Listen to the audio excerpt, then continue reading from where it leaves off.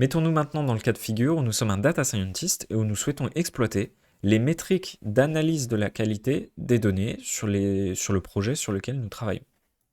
Donc je vais utiliser le profil data scientist cette fois-ci et j'accède en tant que data scientist à deux choses.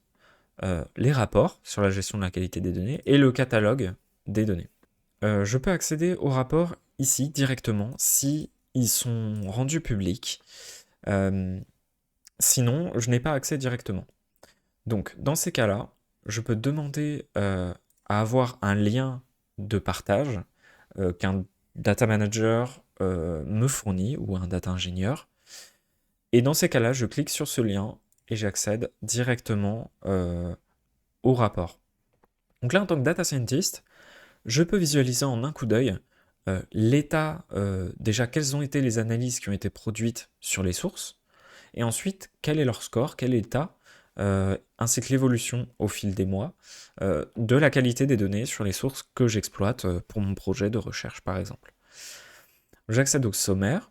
Ici, j'ai le détail du schéma, donc des colonnes, j'ai les scores et j'ai les retours des analyses. Donc par exemple, je peux voir qu'ici, sur mon dataset early stage, mon analyse de détection de valeurs aberrantes a découvert potentiellement des valeurs aberrantes d'âge. Autre chose, sur une autre source, pareil, potentiellement avoir trouvé des valeurs aberrantes sur l'âge aussi.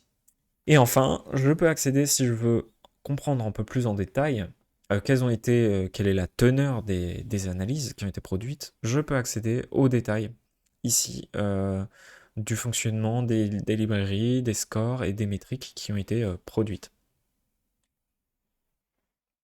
Donc voilà comment est-ce qu'on accède à un rapport et comment on exploite et lit le contenu de ce rapport. Évidemment, dans le cadre d'un projet plus large, on aura beaucoup plus d'analyses différentes sur la qualité de la donnée, beaucoup plus approfondies et spécifiques à la typologie de données, bien évidemment.